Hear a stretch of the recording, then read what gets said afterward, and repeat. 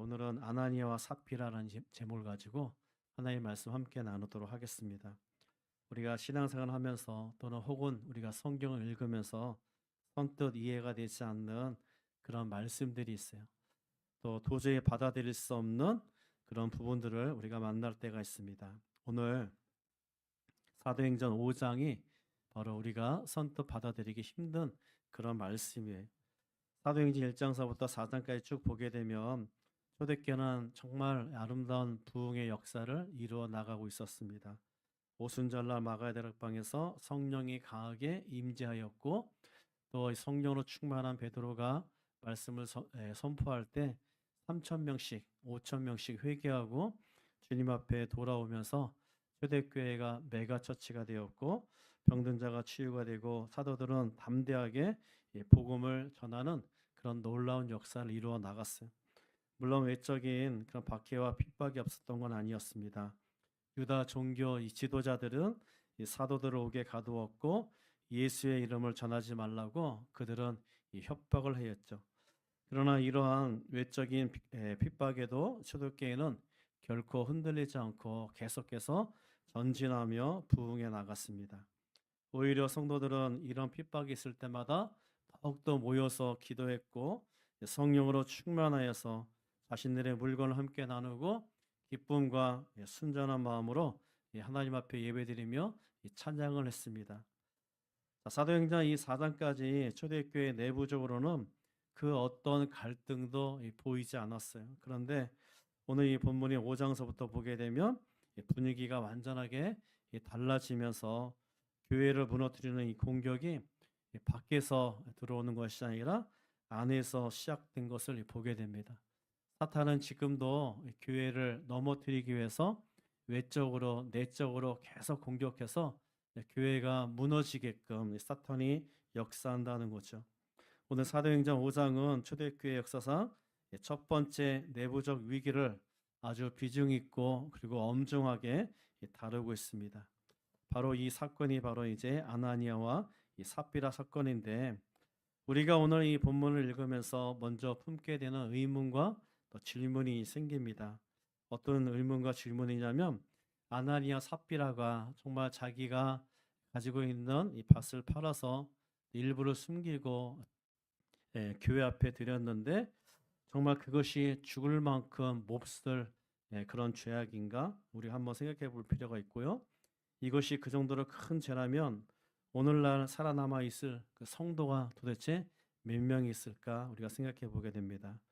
솔직히 말하면 이 시대의 관점에서 아나니아와 이 삽비라는 그렇게 나쁜 사람이 아니라 오늘날 우리의 모습과 비교해 보면 엄청나게 훌륭하고 그리고 헌신적인 그런 성도들이었다는 것이죠.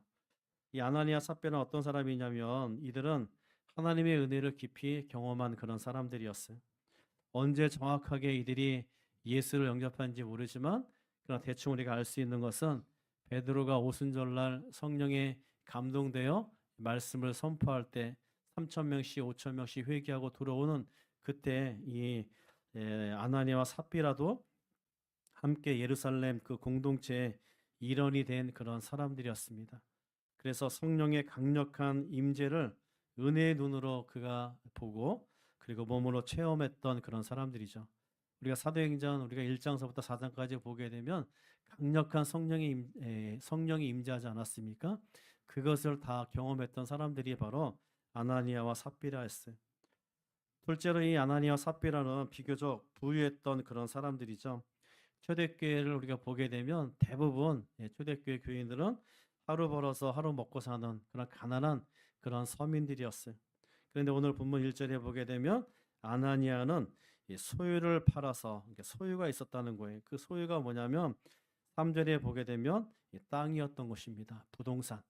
예나 지금이나 땅을 가지고 있다는 것은 경제적으로 상당한 여유가 있다는 것이죠. 하루 벌어서 하루 살기 힘든 사람이 땅이 있다는 것은 어느 정도 여유가 있었던 그런 사람들이었어요. 셋째로 이 아나니와 삽비라는 대단한 헌신을 한 그런 사람들이었습니다. 아무리 돈이 많아도 자신이 가진 부동산을 팔아서 헌금한다는 것은 결코 쉬운 일이 아닙니다. 아나니아와 삽비라는 성령의 감동을 받아서 자신의 땅을 팔아 교회에 헌금했던 그런 사람들이었어요. 성경에 보게 되면 그 값에서 얼마를 감추었다라고 말하고 있는데 반대로 얘기하면 많은 양을 드리고 적은 양을 자기가 가지고 있었다라는 것이죠. 우리가 자신의 부동산을 팔아서 상당한 액수를 하나님 앞에 기꺼이 헌금하는 여러분 그런 성도 오늘날 교회에서 찾기 쉽지 않습니다. 그런데 아나니아와 삽비라는 그것을 해낸 그런 믿음의 사람들이었어요. 그런데 왜 이렇게 자기의 소유를 팔아서 교회에 헌금한 이 사람을 왜 베드로가 책망하였고 그 책망 한마디에 목숨을 잃어야 할까?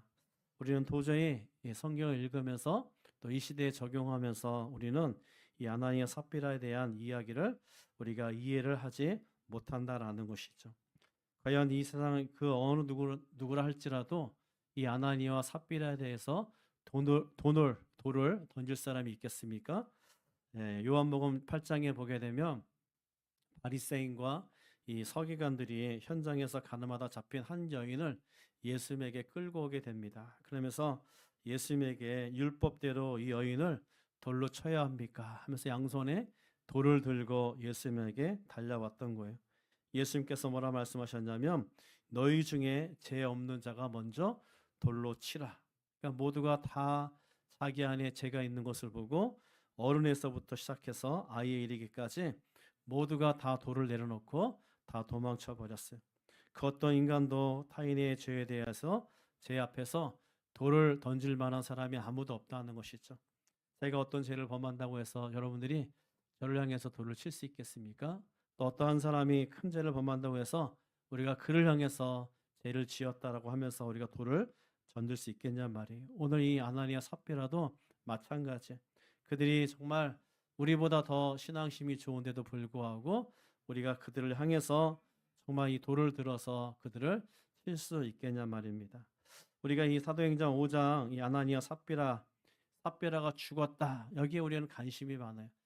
아나니아 삽비라가 자기의 소유를 팔아서 감췄다. 우리 여기에 우리는 집중하고 있는데 그런데 이 5장을 우리가 그렇게 거기에 초점을 맞추게 되면 우리가 잘 이해할 수 없고요. 이 5장은 하나님께서 우리에게 오늘 우리에게 어떤 메시지를 하나님께서 던져주시려고 하나, 어떤 초점을 하나님께서 갖고 계신가, 우리가 그런 관점에서 이 성경을 보아야만이 이 5장 사건을 우리가 오늘날 우리가 이해할 수 있다라는 것입니다.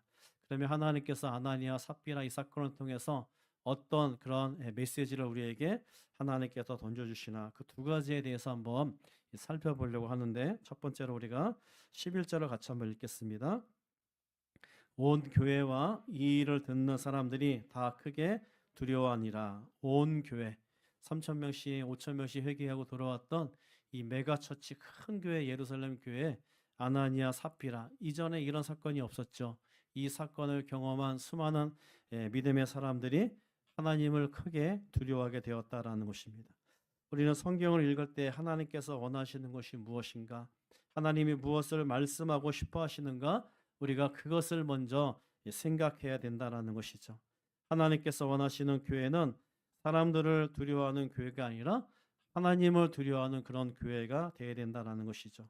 참된 교회와 참된 성도는 먼저 하나님을 두려워야 될 줄 믿습니다. 이것이 바로 신앙의 출발이 우리가 신앙생활을 하면서 가장 기본적인 우리가 하나님을 두려워하는 것에 대해서 없다는 것이죠. 성경에 보게 되면 하나님을 경험하고 하나님을 만난 사람들의 첫 번째 특징이 뭐냐면 하나님을 두려워했던 거예요. 여러분 하나님을 두려워하고 계십니까? 아나니와 삽비라의 사건을 목격하고 소문을 들은 초대교회 성도들에게 가장 먼저 찾아오는 감정이 뭐냐면 바로 거룩한 두려움이 그들에게 있었다라는 것이죠. 이 두려움은 단지 그런 공포, 무서움이 아니라 인간의 모든 죄를 꿰뚫어 보시고 그 죄에 대해서 심판하시는 그 하나님에 대한 두려움을 이 초대교회가 가지고 있었다라는 것입니다. 우리 신앙생활의 첫걸음은 바로 하나님을 두려워하는 것으로부터 출발해야 된다라는 것이죠. 여러분 공항에 가게 되면 비행기를 타려고 하면 반드시 엑스레이를 우리가 통과해야 되죠. 그런데 아무리 우리가 비밀스럽게 물건을 가방 깊숙이 꽁꽁 숨겨 놓아도 엑스레이를 통과하게 되면 그 안에 있는 들어있는 모든 물건들을 속속히 다 우리가 들여볼 수 있습니다. 엑스레이 앞에 감출 수 있는 물건이 없듯이 우리가 하나님의 눈앞에서 감출 수 있는 그런 어떤 죄성의 마음도 없다라는 것이죠. 우리가 마음속 깊숙이 감춰져 있는 그 마음까지도 하나님께서는 다 알고 계신다는 거예요. 여러분, 내가 정말 이 거짓말하는 것을 내가 이 누군가 알고 있다면 얼마나 두렵겠어요. 그런데 우리 하나님께서는 그것뿐만 아니라 나의 생각, 나의 마음, 내가 하는 모든 행동조차까지도 우리 하나님께서는 현미경으로 들여다보는 것보다 더 자세하게 우리의 마음을 살피고 하나님께서는 계신다라는 겁니다. 성경에 보게 되면 하나님께서는 심지어 우리의 머리털까지도 세신다고 말씀하셨어요. 그런데 우리의 마음을 우리가 하나님 앞에 어떻게 우리가 감출 수 있겠습니까? 우리는 하나님 앞에서 우리의 모든 마음들을, 우리의 모든 생각들이 다 폭로될 수밖에 없어요. 그래서 우리는 하나님 앞에 두려움을 가질 수밖에 없다라는 것입니다. 그래서 신앙생활의 첫걸음은 하나님을 두려워하는 마음, 하나님을 경외하는 마음이 바로 우리 신앙생활의 출발이다라는 것입니다. 하나님은 역사의 모든 순간마다 하나님을 두려워하는 사람들을 세우셨고 하나님을 두려워하는 사람을 통해서 하나님의 나라를 이루어 나가셨어요. 오늘도 하나님 앞에 쓰임 받는 하나님의 사람은 우리가 어떤 큰 능력, 어떤 무언가 많은 것을 가지고 있는 사람이 아니라 하나님을 두려워하는 사람, 하나님께서 그 사람을 쓰신다는 겁니다. 아나니아와 삽비라가 죽은 그 이유가 뭐냐면 바로 하나님에 대한 두려움이 전혀 없었다라는 것이죠. 우리가 다윗을 보게 되면 다윗이 10여 년 동안 사울로부터 이 광야 저 광야로 도망을 다녔어요. 사울 왕에게 쫓기며 목숨이 위태로울 때마다 그는 이것저것을 숨어 다녔는데, 그런데 그 10여 년 동안 사울을 죽일 수 있는 두 번의 기회가 있었습니다. 한 번은 사울이 용변을 보러 동굴에 들어갔을 때 뒤에서 죽일 수 있었고, 또 한 번은 진을 치고 사울이 깊은 잠을 자고 있을 때 그 창으로 사울을 찔러서 죽일 수 있는 기회가 있었습니다. 단번에 사울을 죽이게 되면 이 다윗은 도망을 다니지 않아도 되고, 그리고 이제 그는 이스라엘의 두 번째 왕이 될 수 있었습니다. 그래서 이 두 번의 기회가 있었는데 부하들이 하나님이 주신 기회다, 당장 우리가 이 사울을 죽이자라고 부추겼어요. 그러나 다윗은 단칼에 사울을 죽이지 않았습니다. 왜 그렇습니까? 여호와의 기름 부은 자를 치는 것을 여호와께서 금하시나니. 하나님께서 금하신 것을 다윗은 하지 않겠다는 거예요. 다윗은 누구에 대한 두려움이 있었냐면 하나님에 대한 두려움이 있었습니다. 다윗을 따르는 사람들은 누구에 대한 두려움이 있었냐면 사울 왕에 대한 두려움이 있었죠. 사울이 가지고 있는 칼과 사울이 데리고 다니고 있는 3천 명의 군사에 대한 두려움이 있었지만 다윗은 그것에 대한 두려움이 아니라 바로 하나님에 대한 두려움을 그가 가지고 있었기에 사울을 죽이면 자기가 편안하게 다리를 뻗고 잘 수 있음에도 불구하고 그는 사울을 죽이지 않았다라는 것이죠. 초대교회 성도들에게는 하나님을 향한 거룩한 두려움이 있었습니다. 초대교회가 이렇게 부흥이 되고 놀라운 역사를 이루어 나갈 수 있었던 것은 바로 그들이 어떤 우리보다 능력이 뛰어난 것이 아니라 하나님에 대한 두려움이 있는 거예요. 여러분, 이 시대에는 여러분 뭘 잃어버렸냐면 하나님에 대한 두려움을 잃어버렸어요. 이전보다도 우리가 더 좋은 옷을 입고 더 좋은 음식을 먹고 더 건강하게 오래 살고 있음에도 불구하고 우리는 정말 잘 사는데도 불구하고 이전에 초대교회보다 우리가 못한 것이 하나 있다면 그것은 바로 하나님에 대한 두려움을 우리가 가지고 있지 않다라는 것입니다. 여러분, 우리가 이 교회에 들어오면서 문을 열고 들어오면서 하나님에 대한 두려움에 엄습해서 여러분 들어오신 분 계십니까? 발자국 우리가 교회에 뛰어 들어오면서 하나님 안에 하나님 보좌 앞에 나간다고 하면서 하나님에 대한 두려움이 있습니까? 없잖아요. 하나님에 대한 두려움을 우리가 가져야 될 줄 믿습니다.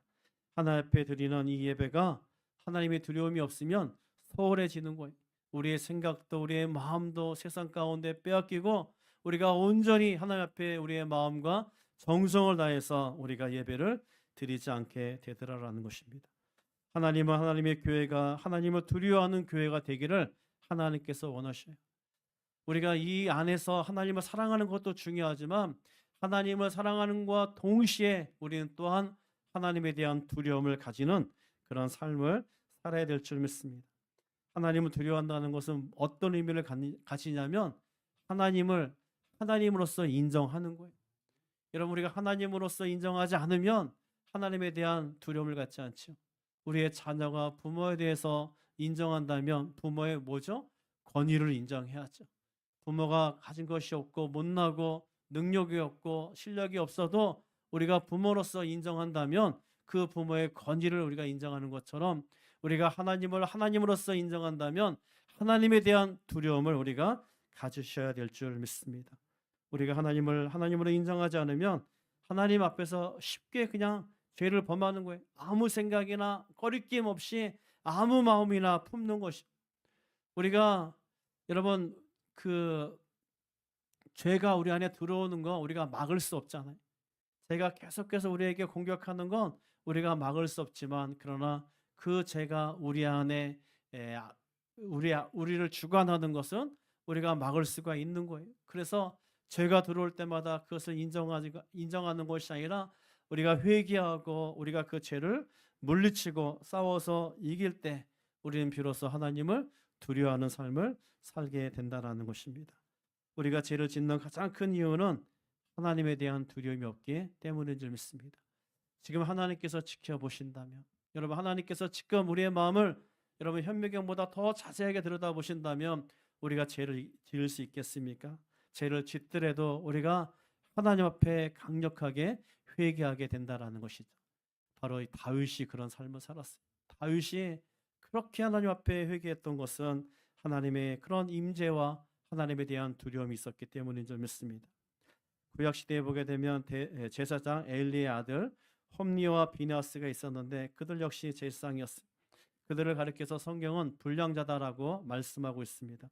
그들은 아버지를 무시했고 성전에서 하나님께 드려질 이 제물을 자기가 마음대로 자기가 원하는 대로 자기가 가져가 버렸어요. 하나님을 전혀 두려워하지 않는 그런 사람들이었습니다. 그 결과 블레셋과 전쟁에서 하나님의 법궤는 빼앗기게 되었고 한날란시에 이 홈리와 비느하스 이 두 사람은 그 전쟁에서 죽임을 당하게 되었고 그 소식을 들은 아버지 엘리 제사장마저 의자에 앉아서 뒤로 넘어져 목뼈가 부러지는 그런 죽음을 맞이하게 되었다라는 것입니다. 하나님을 두려워하지 않는 교회, 하나님을 두려워하지 않는 성도는 결국 영적인 심판을 받게 된다는 것을 우리가 기억해야 될 줄 믿습니다. 하나님은 초대교회가 거룩한 두려움 위에 세워지기를 하나님께서 원하셨어요. 거룩한 두려움 위에 세워질 때 그 교회가 견고하게 세워지고 그 교회가 부흥될 때 하나님이 기뻐하는 교회가 될 수 있다라는 것이죠. 아나니아 삽비라에게는 바로 하나님에 대한 두려움이 전혀 없었던 것입니다. 두 번째로 하나님의 아나니아 삽비라를 심판하신 그 이유는 교회의 본질인 거룩성을 회복하기 위해서 그들을 심판하신 거예요. 여러분 교회가 교회되는 것이 뭐냐면 바로 거룩이 아름다운 건물 또 많은 성도들이 가득 차 있는 것이 참된 교회가 아니라 교회는 바로 거룩성을 회복할 때 하나님의 참된 교회가 될 줄 믿습니다. 그래서 교회는 거룩해야 되는 것이고 성도는 거룩해야 되는 거예요. 거룩이란 뭐냐? 거룩이라는 것은 바로 구별된 삶이 바로 거룩인 줄 믿습니다.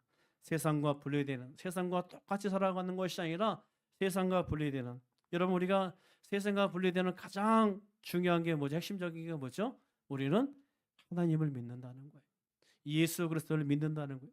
세상 사람들하고 우리가 다른 것이 뭐냐면 그들보다 우리가 뭔가 더 가졌고 능력이 더 있는 것이 아니라 그들과 다른 점은 우리는 예수 그리스도를 믿는다는 이 사실. 그래서 우리는 세상과 구별된 그런 하나님의 사람들이다라는 것입니다.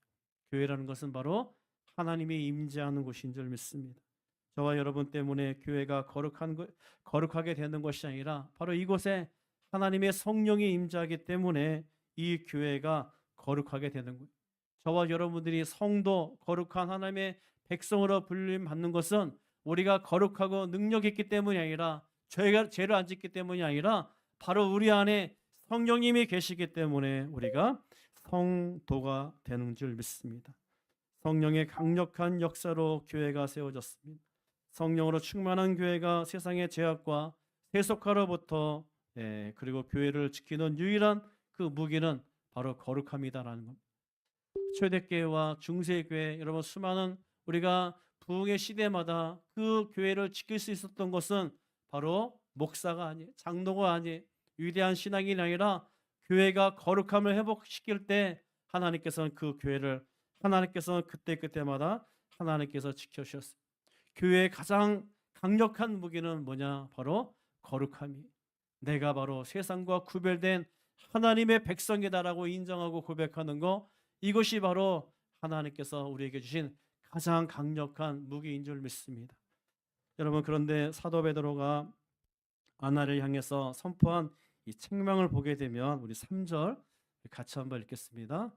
베드로가 이르되 아나니아야 어찌하여 사탄이 내 마음에 가득하여 내가 성령을 속이고 땅값 얼마를 감추었느냐. 9절도 같이 한번 읽겠습니다. 베드로가 이르되 너희가 어찌 함께 깨하여 주의 영을 시험하려 하느냐. 보라 내 남편을 장사하고 오는 사람들의 발이 문 앞에 이르렀으니 또 너를 메어 내가리라 하니. 자, 아나니아 삽비라의 죄는 단순히 돈 얼마를 감춘 그런 재정적인 물질적인 문제가 아니었어요. 그들의 죄는 사람들 앞에서 거룩한 헌신자로 인정받고 싶은 탐욕과 허영심이었습니다. 성령 하나님을 속이고 그리고 시험한 죄였기 때문이었습니다.